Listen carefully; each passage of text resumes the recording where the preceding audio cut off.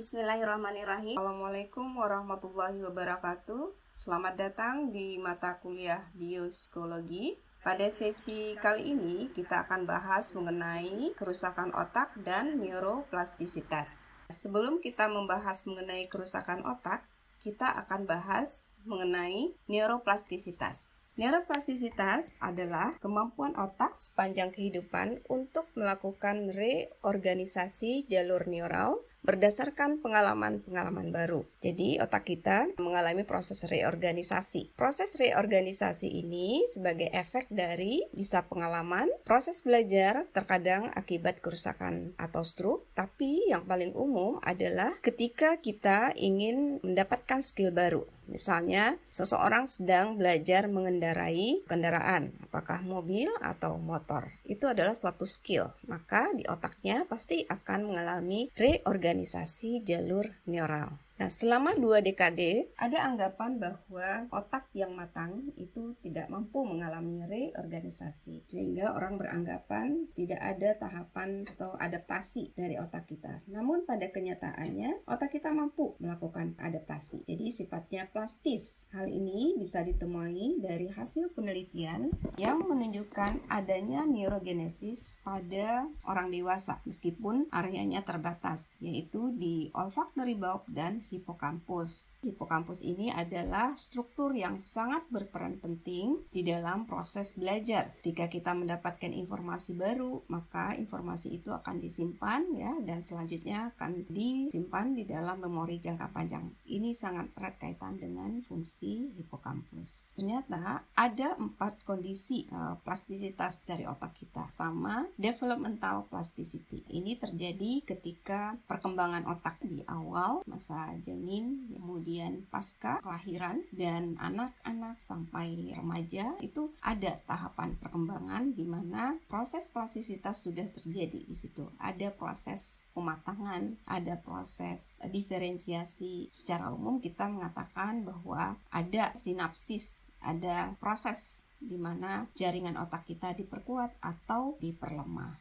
Yang kedua, activity dependent plasticity. Ini adalah aktivitas-aktivitas khusus yang dikaitkan dengan pengalaman seseorang ketika menjalankan tugas atau melakukan sesuatu. Ini pasti akan memicu proses plastisitas. Yang ketiga, plasticity of learning and memory. Ini yang secara umum yang banyak yang kita alami, yaitu ketika seseorang belajar mengenai informasi baru. Dan yang terakhir adalah injury induced plasticity. Ini adalah ketika otak kita mengalami kerusakan atau cedera. Bagian yang keempat inilah yang menjadi fokus pada materi ini, karena 3 yang lain sudah kita pelajari saat kita membahas mengenai brain development atau perkembangan otak. Oke, nah bagian plastisitas ini terkait dengan yang terpicu oleh cedera otak, ini banyak kita bahas nanti kaitannya dengan penyakit, dan juga ada beberapa peristiwa yang terjadi pada individu yang mengalami degeneratif pada usia lanjut. Ketika otak kita mengalami kerusakan, maka tentu ada proses perbaikan. Prosesnya seperti apa?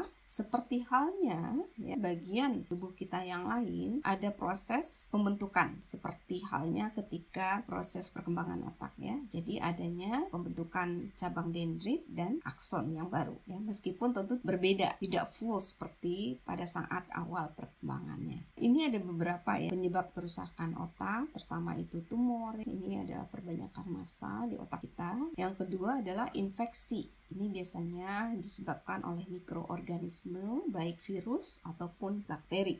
Yang ketiga, terpapar substansi beracun. Jadi banyak zat-zat yang ada di luar di lingkungan kita. Jika kita terpapar, maka itu berpengaruh bagi otak kita. Yang keempat, penyakit degeneratif terkait dengan usia. Ada penurunan fungsi dari otak, fungsi kognisi. Yang kelima yaitu close head injuries. Ini terjadi cedera otak karena benturan. Kemudian yang keenam, cerebrovascular disorder. Ini penyakit yang terkait dengan pembuluh darah di otak. Dan yang terakhir adalah faktor genetik. Ini coba kita bahas satu persatu. Ini menggambarkan ya, jadi contoh ketika otak kita mengalami kerusakan. Ya, ada perbedaannya. Misalnya, gambar A ini menunjukkan ketika otak seseorang atau individu sesaat setelah meninggal setelah terserang stroke. Artinya stroke-nya cukup hebat sehingga seketika itu individu mengalami kematian. Jelas ya, ada perbedaan. Misalnya di sini hemisfer bagian kiri ya, lobus sebelah kiri itu lebih kecil, sedangkan yang kanan relatif lebih normal dibanding yang kiri. Kemudian yang tengah, yang B, kita amati ini adalah otak individu yang bertahan cukup lama, mungkin beberapa tahun dia terserang stroke, kemudian dia masih bisa ya menghadapi kondisi stroke-nya, bertahan beberapa tahun dan akhirnya meninggal. Kita lihat juga memang ada perbedaan. Di area yang di tengah ada pengecilan daripada struktur otaknya.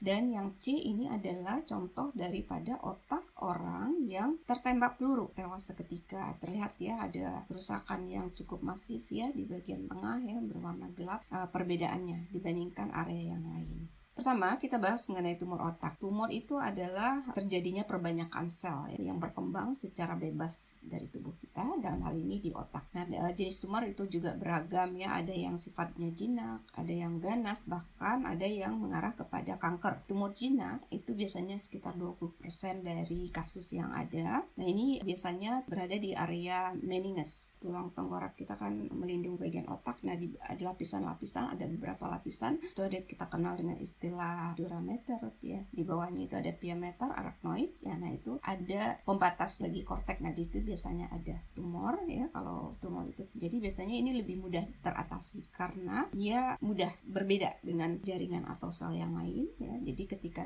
dilakukan pembedahan relatif mudah teratasi. Kemudian ada yang sifatnya infiltrasi ya, jadi menyusut ke dalam, bisa menyebar kemana-mana, tapi ketika proses pembedahan mungkin tidak bersih sehingga bisa jadi tumbuh lagi. Dan yang terakhir adalah kanker. Kanker ini sifatnya bisa mengalami metastasis, bisa karena adanya aliran darah, maka tumor tadi juga muncul di organ yang lain, misalnya di paru-paru. Nah, ini yang menyebabkan kanker itu berbahaya, bisa menyebar ke mana-mana. Kedua, ini terkait dengan penyakit pembuluh darah di otak. Ada dua tipenya, yaitu hemorrhage, pendarahan otak. Jadi stroke yang akibat hemorrhage ini terjadi, salah satunya dijelaskan di sini ada istilahnya aneurysm. Ada tonjolan atau pembengkakan pada pembuluh darah yang mengakibatkan terjadinya stroke, bisa karena bawaan, karena infeksi, atau racun. Gambar ini memperlihatkan ada beberapa tampakan dari aneurysm, bisa di luar dari pembuluh darah ya, menempel di sana, kemudian pecah, kemudian atau juga di dalam pembuluh darah itu sendiri. Artinya ketika ini terjadi tentu akan mengganggu suplai dari oksigen sehingga fungsi otak kita akan terganggu. Yang kedua yaitu iskemia, gangguan suplai darah. Misalnya awalnya terbentuk plak atau gumpalan. Ada juga embolism. Embolism itu gumpalan biasanya bisa berasal dari struktur yang lain, artinya bukan di otak tapi melalui pembuluh darah, aliran darah. Itu bisa menuju ke pembuluh darah di otak. Ketika ada gumpalan atau plak ini di pembuluh darah otak kita dan menghalangi proses suplai oksigen, tentu akan berpengaruh bagi neuron-neuron yang ada di sekitarnya. Hal ini juga mirip ketika kita membahas arteriosklerosis. Ini artinya pada pembuluh darah terjadi penebalan atau adanya endapan lemak. Juga terjadi ketika seseorang misalnya pembuluh darah jantung ya menebal gitu ya. Nah, ini juga serangan jantung, tapi kalau di otak kita sebut sebagai stroke. Yang ketiga yaitu terkait dengan benturan di kepala, yaitu close head injuries. Benturan ini atau cedera ini bisa akibat karena pukulan atau karena kecelakaan atau karena diserang oleh seseorang dengan benda tajam, atau ya intinya menyebabkan gangguan. Bisa hanya pada level memar hingga terjadi gegar otak. Concussion ini yang mencakup kerusakan pada sistem sirkulasi cerebral. Sedangkan concussion atau gegar otak itu terjadi yang bisa mengakibatkan gangguan kesadaran sehingga orang itu pingsan atau beberapa sangat tidak sadar dalam kondisi koma, bisa. Ini secara struktur sih tidak ada kerusakan tapi berakibat kepada gangguan kesadaran. Yang berikutnya adalah infeksi otak karena virus ataupun bakteri. Ada dua istilah yang dijelaskan. Pertama ada istilah meningitis, meninges. Jadi ini terjadi di meninges. Biasanya disebabkan oleh bakteri. Peradangan dari membran yang membungkus otak dan spinal cord. Jadi bisa di otak, bisa juga di spinal cord terjadinya. Ada juga Spilis di sini menyebabkan sindrom insanity dan demensia. Nah, Spilis ini biasanya simptomnya menyebabkan demam, ya, sakit kepala, bahkan bisa menyebabkan muntah, ya, hilang kesadaran bisa, ya. Ini ciri atau simptom dari gangguan dari meningitis ini. Jadi Spilis ini sebenarnya bukan di otak tapi berpengaruh, bisa larinya ke meningitis. Kemudian encephalitis, peradangan di jaringan otak. Nah, jaringan otak itu kita kenal dengan istilah parenkim. Biasanya karena virus menyerang jaringan saraf. Virus-virus itu misalnya herpes, ya. Nah, ini karena virus menyerang jaringan pada organ lain di otak. Ini sama, ya, simptomnya juga cukup berat, sakit kepala, nyeri di sendi, demam, ya, bahkan kejang, dan efek yang lain yaitu perubahan perilaku dan personality. Maksudnya adalah terganggu fungsi kognisinya, ya, kemudian personality mungkin emosi yang berlebihan, juga bahkan mungkin mengalami halusinasi, itu simptomnya. Kemudian neurotoksin. Nah, ini bicara mengenai zat yang kita hirup masuk ke sistem pernafasan dan juga nanti terkait dengan sirkulasi darah menuju saluran pencernaan, paru-paru atau kulit, dan akhirnya masuk ke pembuluh darah otak kita. Itu bisa akan mengganggu misalnya kesadaran. Ada istilah toxic psychosis. Jadi zat-zat ini bisa memunculkan simptom insanity, ya, kayak orang yang mengalami psikotik saja. Jadi ada halusinasinya. Ini makanya istilahnya disebut chronic insanity. Jenisnya juga banyak sekali, ya. Contohnya misalnya ada logam berat di merkuri, timah. Kemudian juga ketika seseorang mengkonsumsi obat antipsikotik bisa kemungkinan mengalami gangguan terkait dengan motorik. Ini namanya tardive dyskinesia.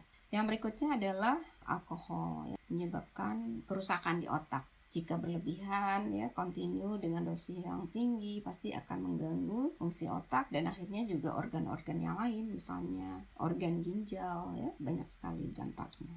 Yang terakhir adalah faktor genetik. Faktor genetik ini contohnya ini di sini ada dua. Phenylketonuria atau PKU ini adalah jenis gangguan genetik karena kromosom autosom sifatnya resesif, ya. Ini bisa dideteksi, ya, ketika bayi baru lahir. Kita bisa cek kromosomnya atau cek darahnya dan kita bisa melihat apakah anak ini, bayi ini sensitif terhadap phenylalanin. Individu yang mengalami PKU ini dia tidak bisa memetabolisme phenylalanin sehingga ketika tidak diolah bisa menyebabkan penumpukan, jadi akhirnya sifatnya toksik bagi sistem sarafnya dan berefek kepada keterbelakangan mental. Yang kedua yaitu Down syndrome. Nah, ini penyakit genetis akibat adanya trisomi pada kromosom 21, ya. Nah, Down syndrome juga khas individu kelihatan wajahnya, kemudian juga keterbelakangan mental, ya. Ini efeknya juga berat pada individu yang mengalami Down syndrome ini. Selanjutnya kita masuk pada tahap pemulihan. Jadi ketika individu mengalami berbagai macam kerusakan otak tadi, maka otak kita akan melakukan recovery, ya, pemulihan.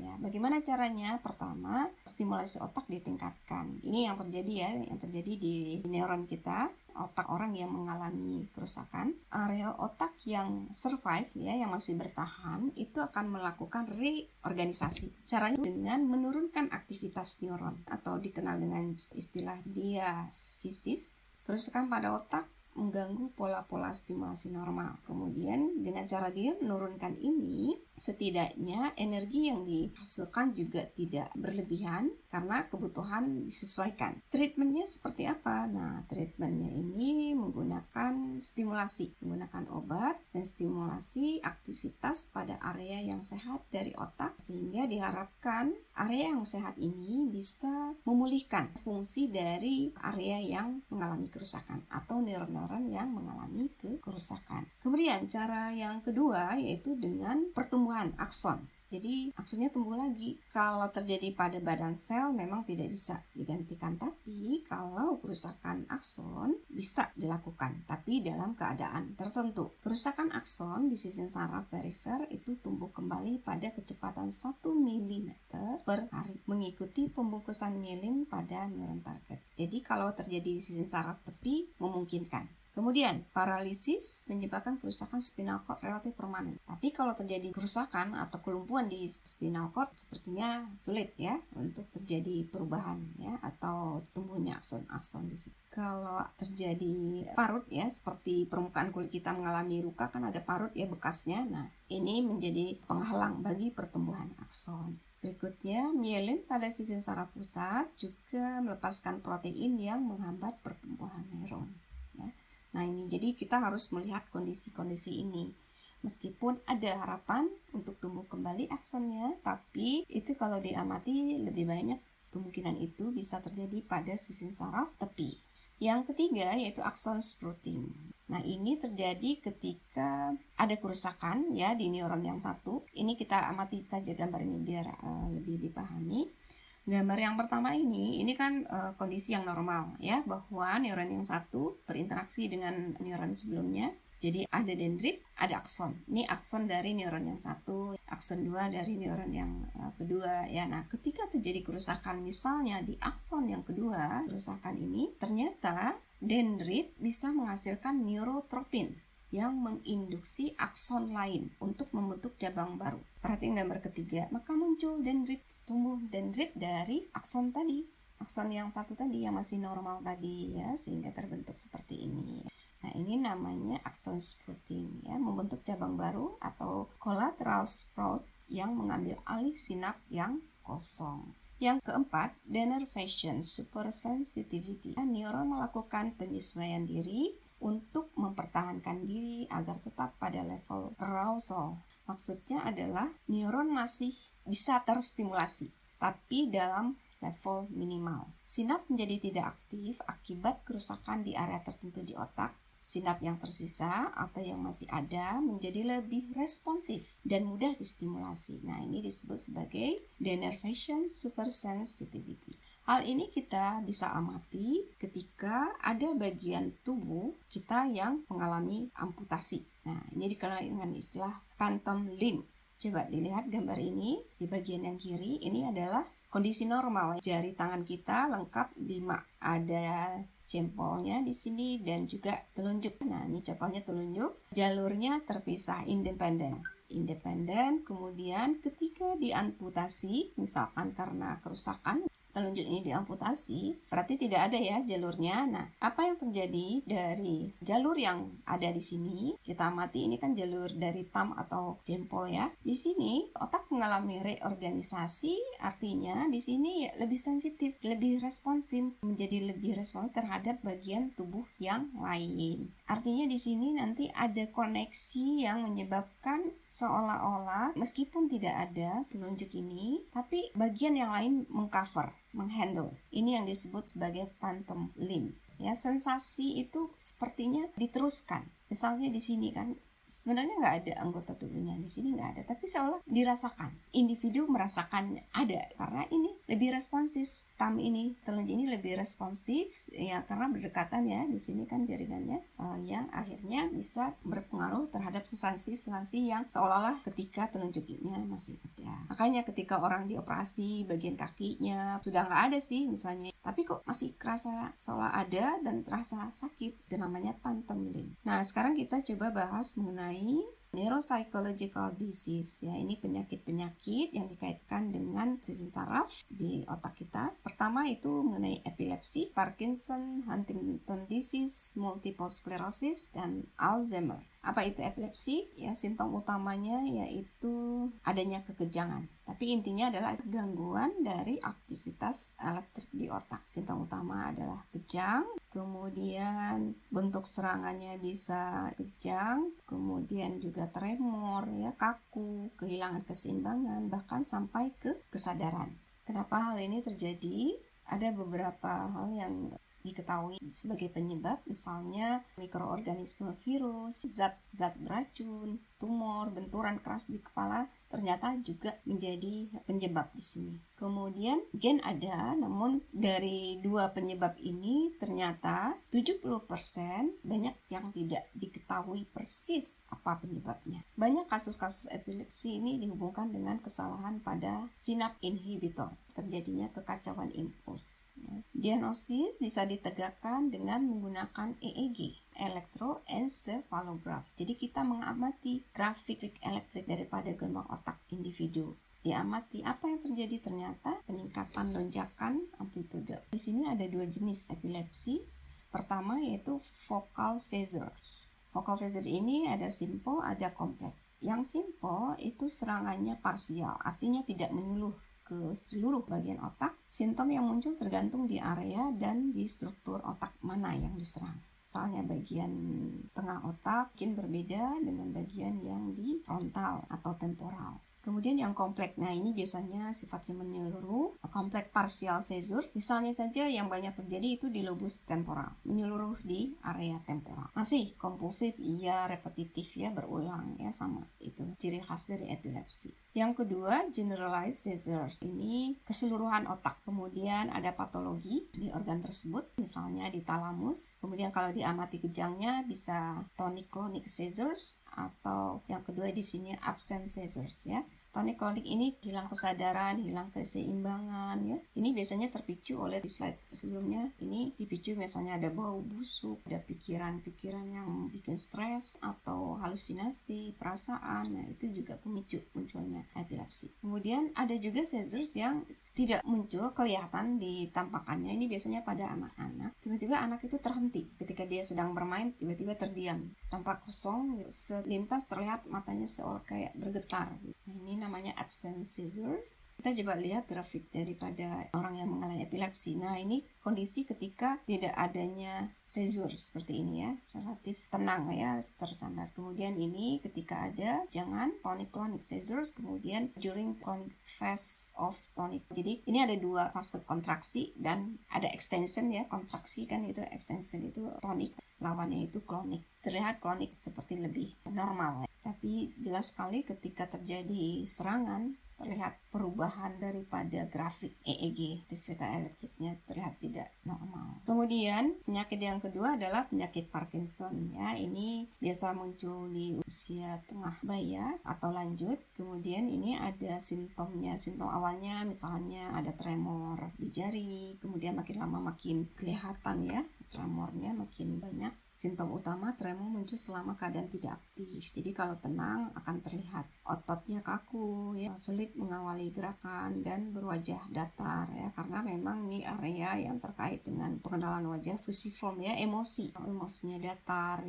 Nah, Parkinson ini tidak dikaitkan dengan demensia, artinya fungsi kognisi relatif masih baik, namun lebih ke gerakan, movementnya, emosi agak terganggu. Penyebabnya tidak disebabkan oleh penyebab tunggal, maksudnya bukan satu saja penyebabnya, bisa karena berbagai hal yang ditemukan, misalnya karena gen ya, kesalahan gen, infeksi otak, benturan, stroke, atau zat-zat yang beracun juga bisa. Apa yang terjadi, kerusakan bagian mana yang terjadi, itu daerah tengah otak ya, substansia nigra. Substansia nigra ini adalah mensekresikan dopamin. Dopamin ini neurotransmitter yang sangat penting di otak kita, terkait dengan fungsi-fungsi aktivitas, gerak, kemudian mengatur emosi. Nah, ini ternyata karena mengalami kerusakan pada individu yang mengalami Parkinson, itu akhirnya dopaminnya sedikit. Pengaruhnya kepada gerakan tadi, abnormal dari pergerakannya. Bisa diobati dengan ini, salah satunya injeksi L-Dopa, namun ternyata obat ini juga tidak efektif. Karena apa? Punya dampak efek samping yang lain. Jadi sifatnya sementara. Itu treatment yang dilakukan. Yang ketiga, penyakit Huntington disease. Ini biasanya gangguan masih terkait dengan motorik, tapi ini lebih jelas karena memang ada mutasi gen. Mutasi gen yang mengekspresikan protein Huntingtin. Jadi gennya itu CAG ini jadi multiple, terjadi berulang-ulang. Secara genetik ini terjadi pada gen yang dominan. Jadi memang ini karena faktor genetik, kesalahan di gen Huntingtin yang memproduksi hormon Huntingtin. Kemudian efeknya biasanya tergantung Kalau pengulangan CAG-nya ini semakin banyak, maka simptom pun semakin berat. Simptomnya seperti apa? Sinyal motor yang meningkatkan kegelisahan, adanya gerakan sentakan, kemudian gerakannya itu cepat, kompleks, kemudian perlahan terjadi penurunan intelektual dan gerakan yang tidak terkontrol. Memang penyakit ini sifatnya mematikan, letal ya, namun tidak langsung, tapi bisa ada sekian waktu, dalam kurun waktu 15 tahun sejak kemunculan simptom, maka individu akan mengalami kematian. Ini dugaan karena semakin berat simptom dan berpengaruh kepada fungsi-fungsi yang semakin tidak baik bagi kesehatan si individu. Multiple sclerosis ini adalah penyakit progresif yang menyerang mielin dari akson sistem saraf pusat. Kita tahu mielin fungsinya untuk konduktivitas elektrik. Kalau orang yang mengalami multiple sclerosis, mielinnya rusak, maka konduktivitas elektrik juga terganggu. Terganggulah koordinasi gerak. Efek lain ternyata juga berpengaruh kepada kognisi, gangguan emosi. Banyak sekali simptomnya yang muncul. Ini penyebabnya apa? Ada faktor genetik, ada lingkungan, meskipun ada yang mengatakan genetik ada tapi nggak terlalu besar porsinya. Kemudian ini dikelompokkan ke dalam penyakit autoimun karena justru sistem imun individu sendiri yang menyerang bagian mielin tubuhnya. Makanya disebut sebagai autoimun. Kemudian Alzheimer, nah ini adalah penyakit neurologis yang menyebabkan demensia, sifatnya progresif. Di tahap awal ditandai dengan penurunan dalam memori, kemudian penurunan atensi, bahkan terjadi perubahan kepribadian. Tahap yang lebih berat lagi, maka muncul iritabilitas, confusion, cemas, dan penurunan dalam kemampuan berbicara, confused. Seperti seolah-olah nggak sadar gitu, sudah mulai ngawur ya cara bicaranya. Makanya disebut sebagai ada perubahan kepribadian. Disebut juga sebagai terminal ill ya, artinya secara medis memang sulit untuk teratasi dan individu akhirnya akan mengalami kematian. Bagian mana di otak individu yang mengalami kerusakan? Di sini dijelaskan ada yang namanya neurofibrillary tangle, ada amyloid plaque, dan yang ketiga adalah kehilangan neuron. Di mana ini terjadi di entorhinal cortex, amigdala, dan hippocampus. Bagian-bagian ini kan adalah bagian-bagian yang penting ya, makanya ini juga akan terlihat dari fungsi kognisinya. Penyebabnya mutasi 3 gen yang mempengaruhi sintesis amyloid. Gambar ini menunjukkan adanya plak, adanya protein di sitoplasma dalam bentuk neurofibrillary tangle, kemudian plak amyloid. Apa itu? Gumpalan jaringan parut yang terdiri dari neuron dan agregat kumpulan ya, agregat itu kumpulan yang mengalami degenerasi dari protein yang dikenal dengan istilah beta amyloid. Ini area-areanya ya, di amigdala, hippocampus, dan entorhinal cortex. Itu Alzheimer. Nah, itulah berbagai jenis penyakit neurologis di mana tubuh kita tentunya bisa melakukan adaptasi. Apakah berupa kerusakan, adaptasi itu berupa recovery, reorganisasi, regenerasi. Itu ada treatmentnya masing-masing.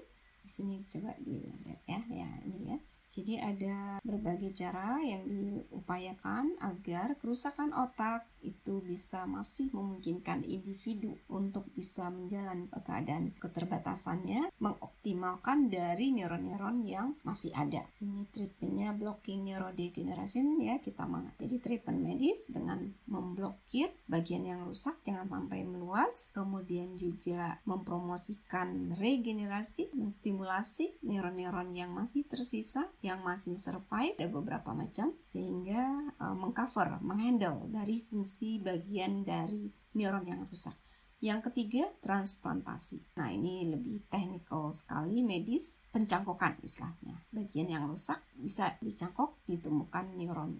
Nah, seperti apa? Ini lebih ke tugas medis. Yang keempat yaitu rehabilitatif training. Fungsi-fungsi dari struktur yang ada itu dioptimalkan, dilatih ya. Misalnya individu yang mengalami stroke, dia dilatih menggerakkan tangannya yang tadi tidak bisa bergerak, kemudian kakinya misalnya ya, yang tadinya lumpuh. Tapi dengan adanya pelatihan ya, rehabilitative training, individu kembali bisa berjalan. Itu upaya yang dilakukan. Baik, terima kasih. Saya harapkan bisa dipahami materi ini. Saya akhiri sesi ini. Wassalamualaikum warahmatullahi wabarakatuh.